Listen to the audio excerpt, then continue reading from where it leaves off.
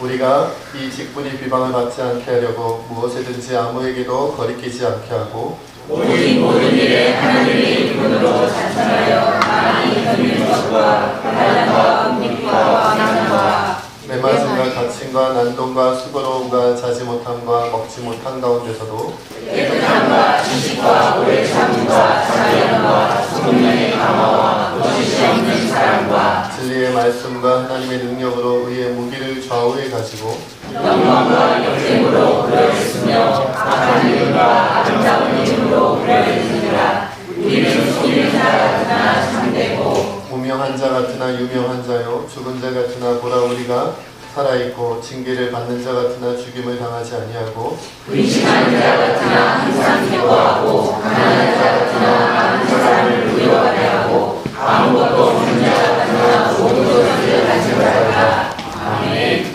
기도하겠습니다. 하나님, 오늘도 참으로 연해서 부족한 자가 오직 주의 은혜로 하나님의 말씀을 전합니다.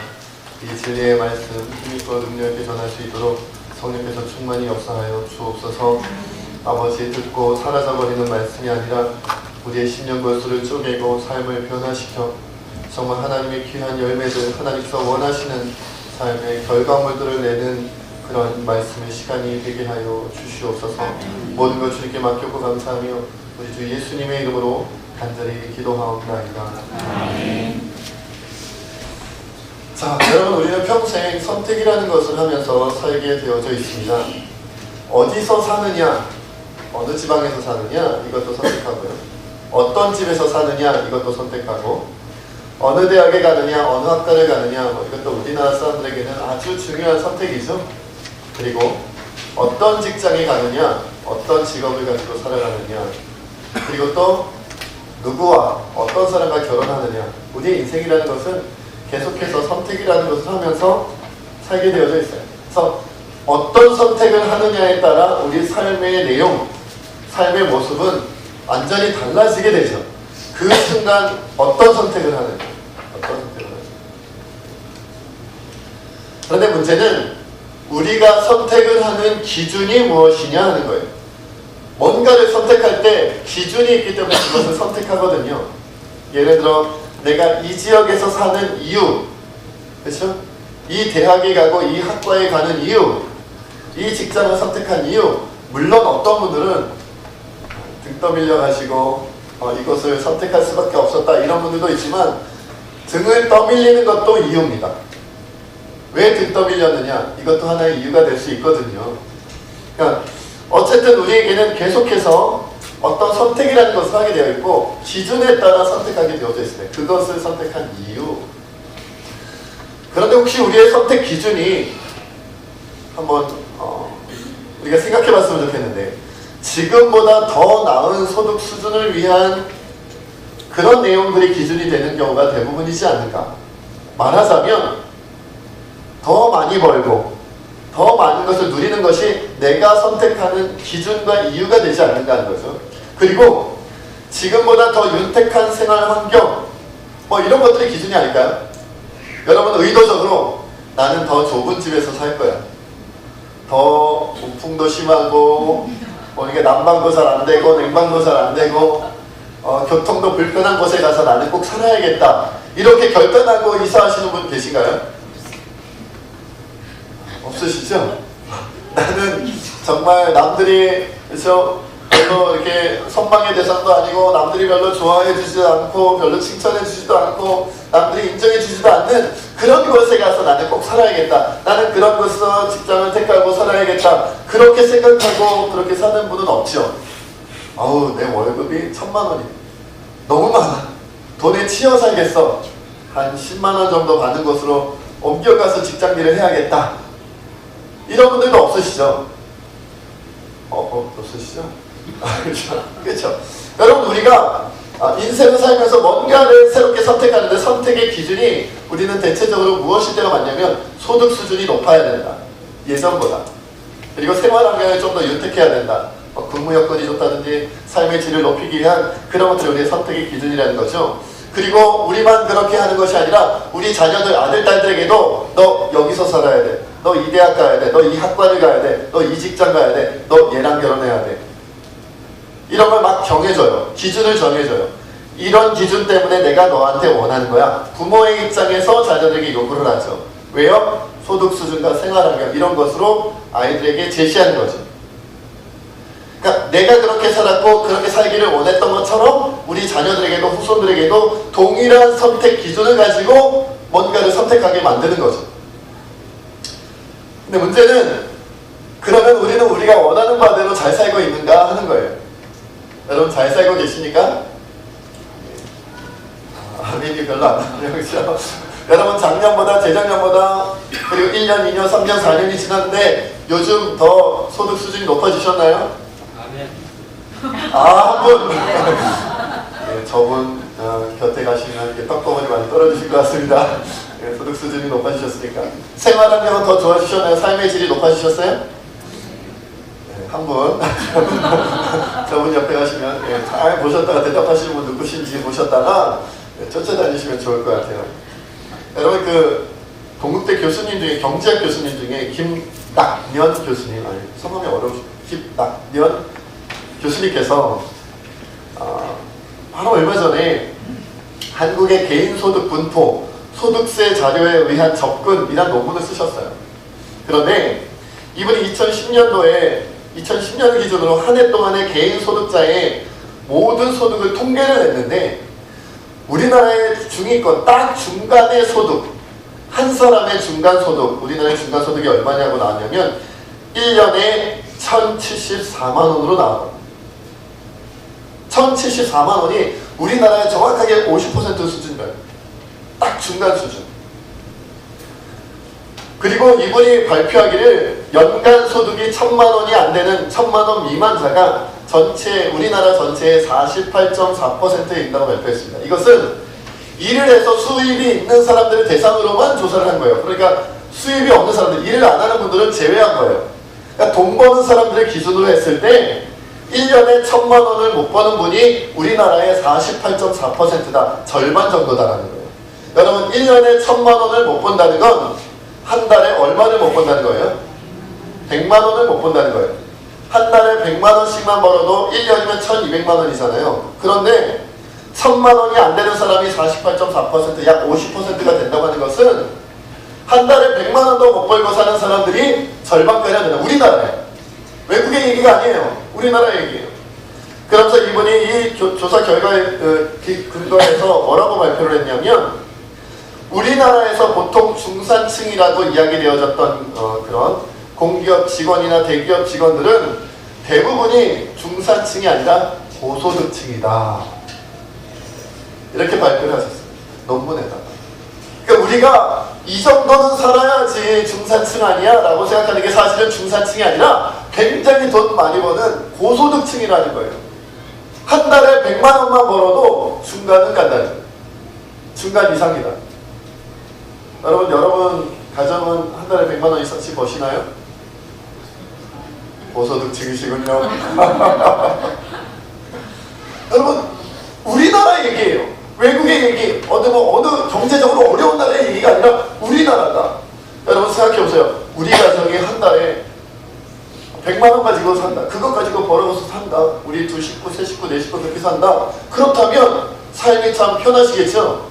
물론 우리 교회 성도님들 가운데 그렇게 사시는 분들도 있을 수 있겠습니다만은 글쎄요. 제 생각에 우리 교회 성도님들 중에 한 달에 100만 원을 벌지 못하고 사시는 분은 비율적으로 절반은 안 되실 것 같습니다. 제 느낌이. 그 이상은 되지 않을까요? 여러분. 그렇다면 뭡니까? 여러분 우리가 매년 그렇게 더 잘 살아야지, 돈 많이 더 벌어야지, 우리 생활 환경을 더 낫게 만들어야지, 좀 더 삶의 질을 높여야지 애쓰는데 해마다 애쓰는데 1년 전에도 애썼고 2년 전에도 애썼고 3년 전, 5년 전, 10년 전에도 애썼는데 우리가 5년 동안 노력하고 10년 동안 노력하고 평생을 노력했는데 우리가 원하는 수준, 중산층이라는 그 수준에도 우리가 도달하기가 그토록 어려웠다는 거예요. 이 나라 전체 모든 국민들이, 모든 백성들이 가게마다, 가정마다 그렇게 중간 가기가 어려웠다는 거예요. 중간 가기. 우리가 생각하는 것보다 우리가 원하는 바를 이루지 못한 사람들이 이룬 사람들보다 훨씬 많다는 거죠. 여러분 지금 만족하시냐 말이에요. 여러분이 지금까지 살아오면서 이것도 선택하고 저것도 선택하면서 살아오셨는데 그것에 만족하면서 사시냐는 거죠. 작년보다 올해 더 만족하십니까? 재작년보다 작년 더 만족하십니까? 3년 전, 4년 전, 5년 전보다 지금 더 만족하십니까? 더 나아지셨어요? 살림살이 좀 나아지셨습니까? 아닌 경우가 많다는 거예요. 훨씬 많다는 거예요. 오히려 더 어렵다, 더 힘들다, 더 괴롭다라는 말이 더 많아요. 더 노력해 왔는데, 계속 노력해 왔는데 오히려 우리의 삶의 질은, 소득 수준은, 생활 환경은 거꾸로 가고 있다는 거예요. 그래서 우리의 삶이 점점 더 어려워지게 느낀다는 거죠.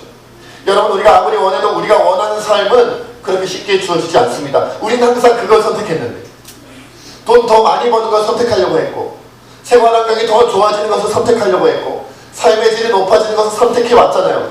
일부러 아까 처음에 말씀드린 것처럼 일부러 안 좋은 집으로 이사 가시는 분 없잖아요. 일부러 돈 더 적게 주는 직장으로 옮겨가신 분들 없잖아요. 일부러 그렇게 내 질을 떨어뜨리려고, 내 수준을 떨어뜨리려고, 내 환경을 떨어뜨리려고 그렇게 선택하시면서 사시는 분은 아무도 없어요. 그런데 떨어졌어요. 현상 유지도 어려워요. 여러분, 무슨 소리가 들리는지 말씀에 집중하십시오. 지금 하나님의 말씀이 중요한 거잖아요. 그렇죠? 다른 것을 신경 쓰지 마세요. 여러분, 그런데 한 가지, 오직 한 가지, 우리가 아무리 좋은 것을 선택해도 이룰 수가 없었는데, 쉽게 이룰 수가 없었는데, 오직 한 가지는 우리가 이룰 수 있는 게 있어요. 우리가 원하고 선택하기만 하면 저절로 주어지는, 100% 이루어지는 그런 선택이 있습니다.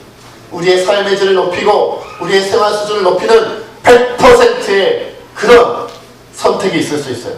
어떤 선택이겠어요? 오직 하나님의 뜻대로 하는 선택이면 가능합니다. 원하기만 하면 됩니다. 우리가 원하기만 하면 돼요. 우리가 하나님의 뜻대로 선택하겠다, 내 삶의 선택의 순간에 하나님의 뜻대로 선택하겠다고 내가 결정하기만 하면 되는 그런 선택이 있다는 거예요. 하나님만을 위해서 선택하면 된다는 거죠. 오늘 본문의 사도 바울은 어떤 선택을 했냐고 좀 봤으면 좋겠습니다. 그분의 삶을 통해서 하나님 뜻대로 선택한다는 게 뭔지를 좀 배웠으면 좋겠어요. 여러분, 우리가 아는 사도 바울은 원래 유대인 중에 굉장히 잘 나가던 사람이었죠. 귀족 가문의 유대인들 중에서도 바리새인이고 젊은 관리였고요. 대제사장, 당시의 대통령 같은 대제사장이 특사로 파견해서 예수 믿는 사람들을 잡아오게 만드는 부자이고 권세가 있고 뭐 하나 빠지는 게 없는, 학력으로도 최고 학력, 가말리엘 문화생이 최고의 교수님 밑에서 배운, 뭐 하나 스펙이 빠지는 게 없는, 스펙으로 최고인, 재산도 많고 어마어마한 사람이었어요. 그런데 그가 예수님을 만나고 인생이 바뀌죠. 3번이나 전도여행을 갑니다. 세계를 돌아다니면서 전도여행을 합니다. 그리고 4번째는 죄인의 신분으로 죽으러, 재판받아 죽으러 로마로 갑니다. 그런데 그 3번의 전도여행뿐만 아니라 붙잡혀서 죄인으로 로마로 가는 그 순간에도 복음을 전하고 하나님의 뜻을 이룹니다. 복음을 위해 가고 또 가고, 우리 드라마 제목 중에 보고 또 보고가 있었는데 제가 그게 떠올랐어요. 가고 또 가고, 가고 또 가고, 가고 또 가고, 가고 또 가고, 3번을 가고 마지막에는 더 이상 갈 수 없어요. 왜냐면 4번째 갔다가 죽었으니까, 순교했으니까. 더 이상 갈 수 없어서 못 간 거지, 만약 삶이 더 있었다면, 바울 선생님에게, 사도 바울에게 삶이 더 연장되었더라면 그분은 아마도 5차 전도여행, 6차 전도여행, 7차 전도여행 계속해서 전도여행하면서 사셨을 거예요. 그게 그분의 인생의 선택이었다는 거예요. 그걸 선택했어요. 그 전도여행들이 편하고 안락하고 즐겁고 행복하고 정말 우리가 생각하는 것처럼 소득 수준이 높아지고 생활 환경이 높아지고 삶의 질이 올라가서 그걸 선택한 게 아니라 그것이 하나님의 뜻이라고 느꼈기 때문에 선택한 거예요. 우리하고는 선택의 기준이 달랐죠. 왜 그걸 선택했는지 이유가 달랐어요. 왜 그런 것을 선택하셨습니까? 그 이유가 달랐단 말이에요. 여러분, 1차 전도여행 갔다 와서 사도 바울 선생님이 소득 수준이 올라가셨죠? 생활 환경이 좋아지셨죠? 그냥 빵 부스러기 먹다가 전도여행 갔다 오니까 하나님이 고기를 뚝, 소고기 막, 비프 막. 고기 썰면서 살게 되셨죠? 여러분 그렇게 생각하시나요? 아니요. 어려워지셨죠. 1차 전도여행을 갔다 오면서 죽을 고생을 했고 심지어는 돌에 맞아 죽을 뻔했어요. 그런데도 2차 전도여행을 또 선택해요. 2차 전도여행은 그래도 한 번 경험이 있었으니까 1차 전도여행 경험이 있었으니까 훨씬 윤택하게 평안하게 전도여행 잘하셨겠죠? 아니요. 똑같았어요. 그럼 2번이나 경험했으니까 3번째는 안 가야 되는 거 아니에요? 우리처럼 인생의 선택을 한다면 우리 같은 기준으로 우리 같은 마음으로 인생을 선택하고 순간순간 선택하며 간다면 2번이나 죽을 고생했으면 3번째는 안 가야 되잖아요. 또 봐. 그리고는 마지막에는 죽으러 가요. 죽으러 가는데도 복음을 전해요. 죽으러 가는데도 하나님 말씀을 전해요. 죽으러 가는데도 이제 재판받고 바울이 느꼈어요. 내가 이제 가면 마지막 여행이 될 것이라고 느꼈는데도 그럼에도 불구하고 가고 가는데 슬퍼하거나 우울해하거나 괴로워하거나 아파하는 게 아니라 기회만 있다면 복음을 전해요. 기회만 있다면 하나님의 일을 해야겠다. 이것이 그분의 마음의 전부였어요. 여러분, 그래서 그분이 선택한 여행길의 내용을 한번 봅시다. 오늘 본문 말씀 3절에서 5절까지의 말씀 함께 읽습니다. 시작.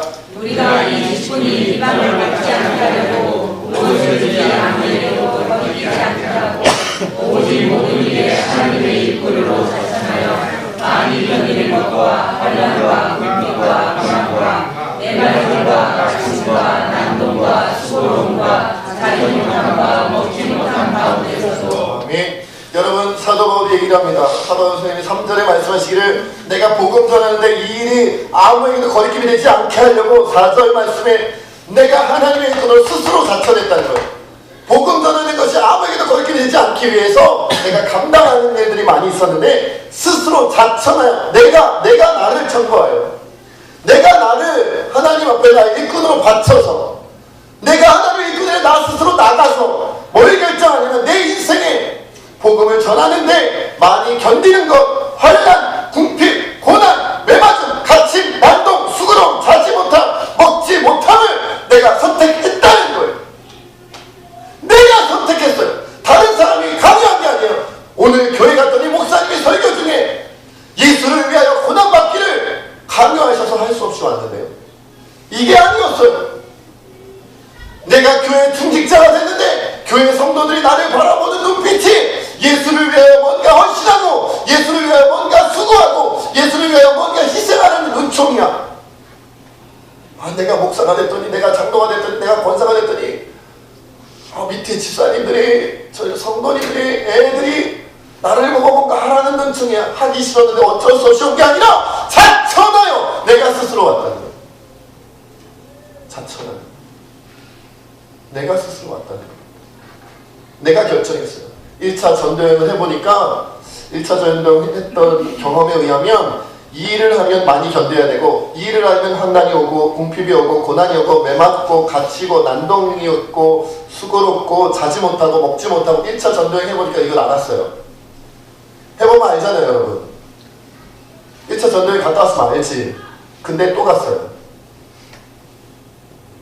2차 전도여행을 갔더니 2번의 경험을 통하여 분명히 이 일을 계속하면 환난과 궁핍과 고난과 많이 견디는 것과 매맞이가 갇힘과 난동과 수고로움과 자지 못하고 먹지 못함이 있다는 것을 확실히 한 번 더 확인했어요. 그래서 3번째 또 가요. 그리고 4번째 가서 순교를 합니다. 앞에서도 말씀드린 것처럼 만약 그에게 인생이 더 있었다면 5번째, 6번째, 7번째 많이 견디고 환난과 궁핍과 고난과 매맞이가 갇힘과 난동과 수고로움과 자지 못하고 먹지 못함을 5번째, 6번째, 7번째, 8번째, 9번째, 10번째 계속해서 선택하셨어요. 자천하여 내가 왜 도대체 바울은 이토록 힘든 인생을 선택하며 살았을까요? 여러분, 예수님 믿으면 다 이럽니까? 아니잖아요. 우리는 예수님 믿으면서도 할 수만 있다면 소득 수준이 높아지고 생활 환경이 좋아지고 삶의 질을 높이는 남들이 부러워할 만한 인생을 추구하며 살면서 교회 생활을 하잖아요. 그걸 선택하잖아요. 내가 이 지역에서 사는 이유, 내가 이 대학을 가고 이 학과를 선택하는 이유, 내가 이 직장에 가는 이유, 내가 이 사람과 결혼하는 이유, 내가 이렇게 인생의 선택을 하는 이유는 자지 못하게 될까봐 잘 수 있는 것, 먹지 못하게 될까봐 먹을 수 있는 것, 많이 견뎌야 할까봐 견디는 것이 적은 것, 환난이 없고 궁핍이 없고 고난이 없고 매맞지 않고 다치지 않을 수 있는 것, 그것을 내가 선택하잖아요. 기독교인이면서 바울도 그렇게 선택할 수 있었잖아요. 그러나 바울은 예수님을 믿고 적당히 몸을 사려가면서 적당히 신앙생활할 수 있어 그런 선택을 할 수도 있었고, 이방인의 사도가 되어서 목숨 걸고 복음 전하다가 순교할 수도 있었는데, 바울은 몸을 살리는 신앙생활을 선택하지 않고 이방인의 사도가 되어 목숨 걸고 복음 전하다가 결국은 죽는 순교하는 선택을 했어요. 그것도 한 번 한 게 아니라 매번 했어요. 매번. 여러분, 제가 지난 일주일 동안 감기로 좀 고생했습니다. 제가 얼굴살이 좀 빠졌잖아요. 그죠? 빠졌습니다. 모르시는 분들, 저를 자주 안 보신 분들은 제가 얼굴살이 좀 빠졌어요. 배도 좀 들어갔어요. 근데 감기를 일주일 동안 정말 고생했거든요. 코감기, 목감기, 막 속도 안 좋고 막 머리가 빙빙 돌고 정신이 없어서. 제가 아침에 그 새벽 기도에 일어나면 하늘이 빙빙빙빙 돌아가시고 어떻게 될지 모르겠더라고요. 설교하는데도 빙빙 돌고 이리 돌고 저리 돌고 해서 말씀은 잘 전했어요. 정신이 없으니까 말씀은 잘 전해주시더라고요. 여러분, 목이 아프고 콧물 나고 막 속도 안 좋고 막 이러니까 제가 새벽 기도가 끝나면 얼른 집에 가가지고요, 보일러 쫙 켜놓고 따끈한 아랫목에 들어가가지고 이불속에 들어가서 그냥 막 너무 정신이 없으니까 일어나기만 앉기만 하면 도는 거예요. 그래가지고 들어 누워가지고 따뜻한 방에 보일러 켜놓고 그냥 계속 찜질하면서 잤어요. 좀 자고 일어나면 좀 나은가 싶으면 여전히 돌고 있고 막 이랬거든요. 일주일을 그렇게 보냈어요. 일주일 동안. 그래서 땀도 흘리고 쉬기도 하고 감기약도 먹어보고, 그리고 또 하루는 또 어떤 분이 저한테 감기에 좋다고 하면서 국화차를 주시더라고요.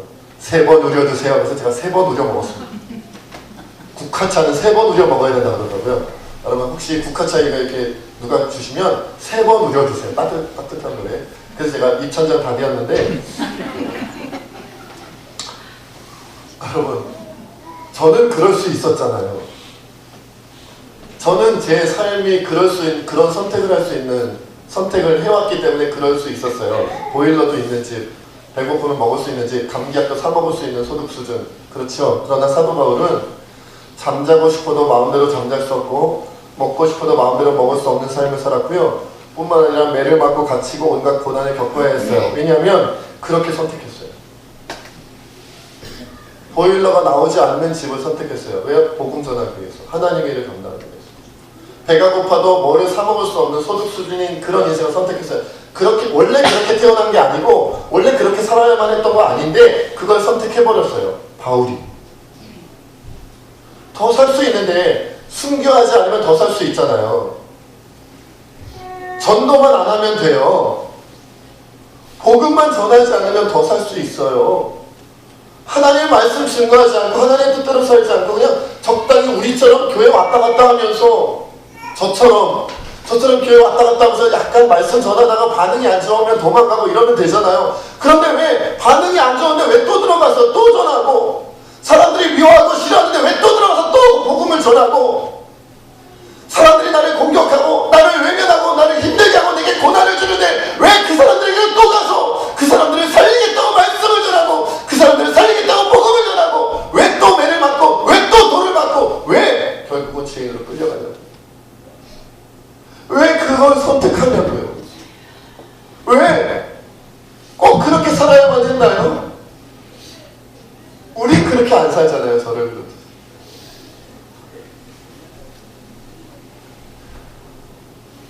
여러분, 바울은 언제나 선택의 순간이 오면 자신의 안정과 평안을 생각하는 게 아니라 하나님을 바라보고 하나님을 위해서 최선의 선택을 하면서 살았습니다. 다음에 하나님을 위해 선택하지 할 수 있는 순간이 안 올지도 모른다고 생각하고 선택을 했어요. 내가 지금 하나님의 뜻을 이루어드리는 선택을 하지 않으면 다시는 내게 하나님을 위한 선택할 수 없을 것처럼 그렇게 선택했어요. 이게 마지막 선택인 것처럼. 여러분, 제가 아버지 말씀을 또 드려서 정말 죄송합니다. 저에게 너무 큰 깨달음이 있었던 경험이라 또 말씀을 드립니다.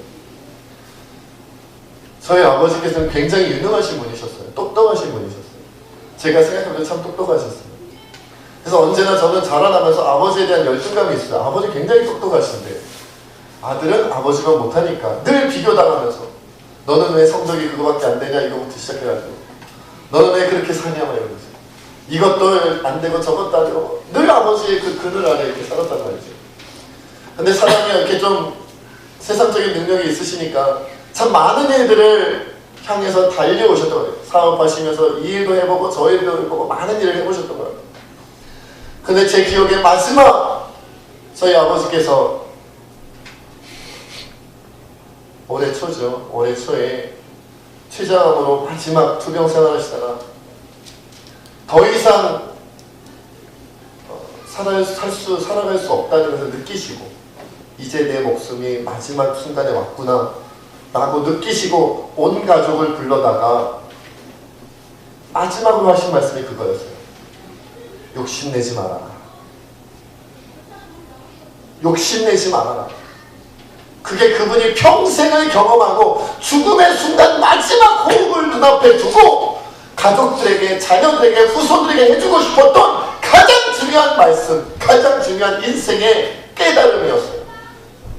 73년을 사시면서, 이 땅에서 73년을 사시면서 그동안 평생을 살면서 이런 일도 경험해보고 저런 일도 경험해보고 희노애락을 다 겪으시고 그 모든 것을 다 경험한 후에 마지막 목숨이 이제 얼마 남지 않았다는 것, 하루도 더 남지 않았다는 것, 그날 새벽에 돌아가셨습니다.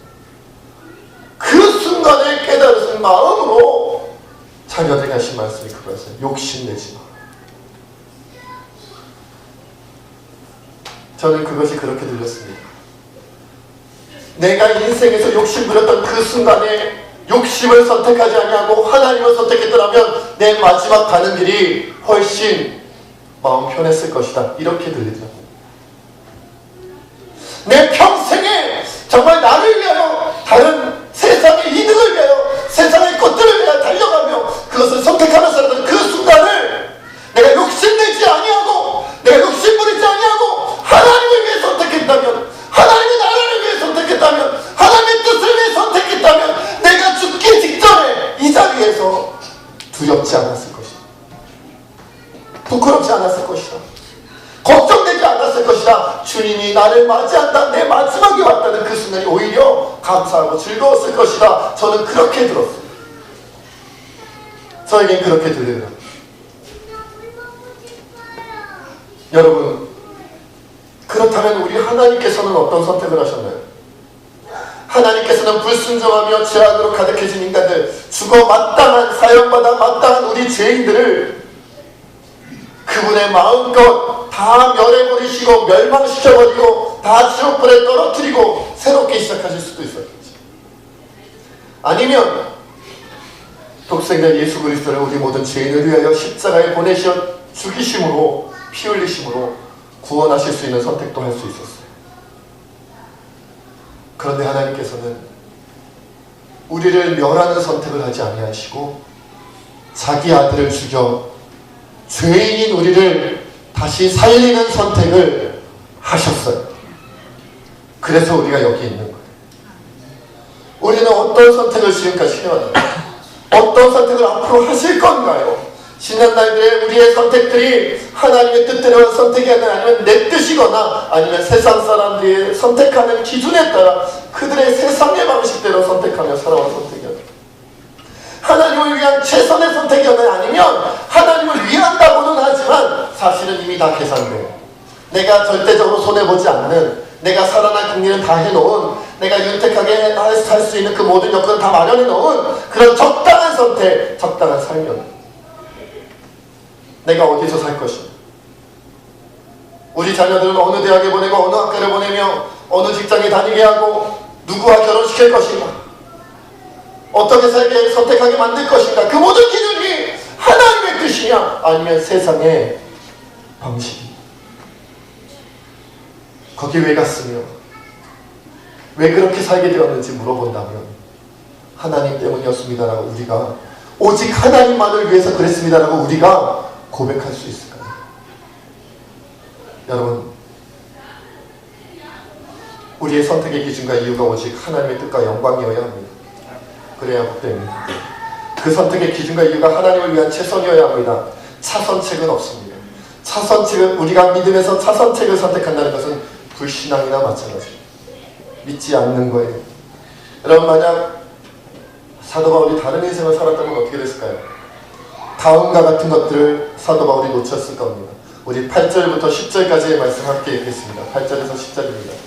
시작. 영광을 우리 이름으로 부르짖으며 악한 일과 아름다운 이름으로 부르짖습니다. 우리는 소리한 자 같으나 자들이고 유명한 자 같으나 유명한 자요 죽은 자 같으나 너와 우리가 살아있고 진리를 가진 자 같으나 죽임을 당하지 아니하고 의심하는 자 같으나 항상 기도하고 가난한 자 같으나 많은 사람을 위로하게 하고 아무것도 없는 자 같으나 모든 것을 가진 자다. 이것이 사도 바울이 하나님만을 선택해서 얻은 겁니다. 그러면 반대로 말하겠습니다.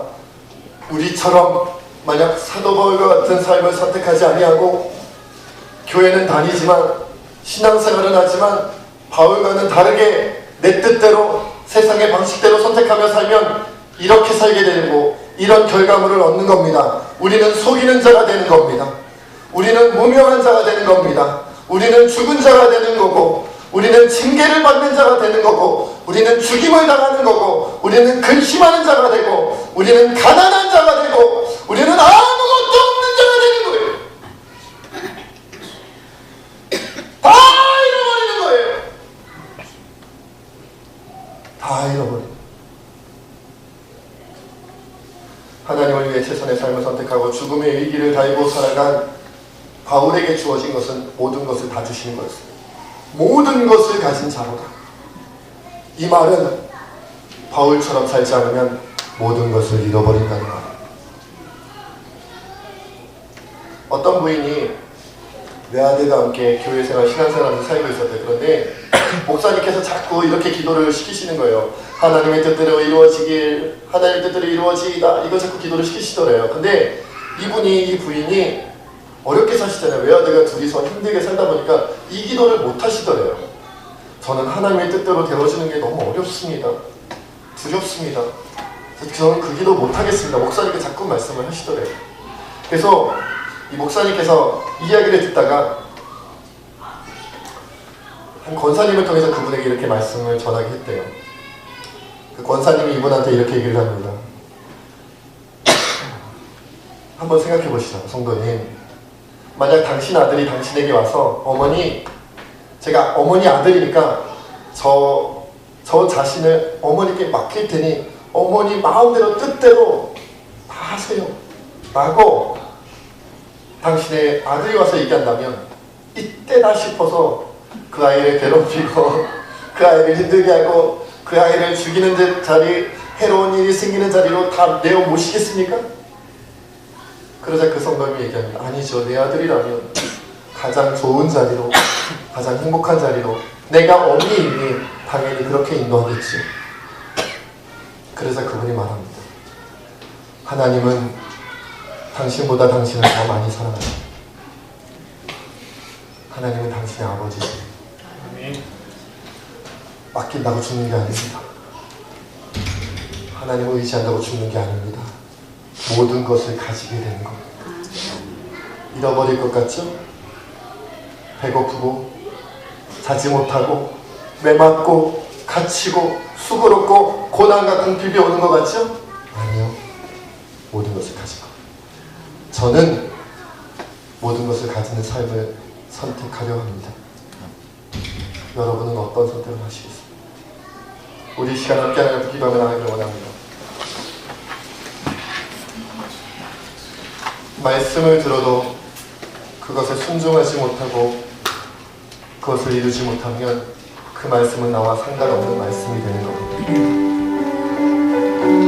적당히 살아갈 수도 있습니다. 그러나 그런 삶은 많은 것을 잃어버리게 되는 삶입니다. 어쩌면 모든 것을 잃어버리게 될지도 모릅니다.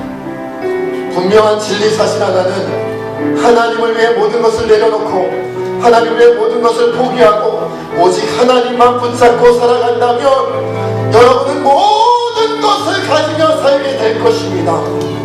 우리 이 시간 여러분이 선택하십시오. 기도하며 선택하십시오. 하나님이 살게 하시는 대로 살아가게 해달라고 우리 이 시간 함께 하나님께 기도를 하기를 원합니다. 기도하겠습니다.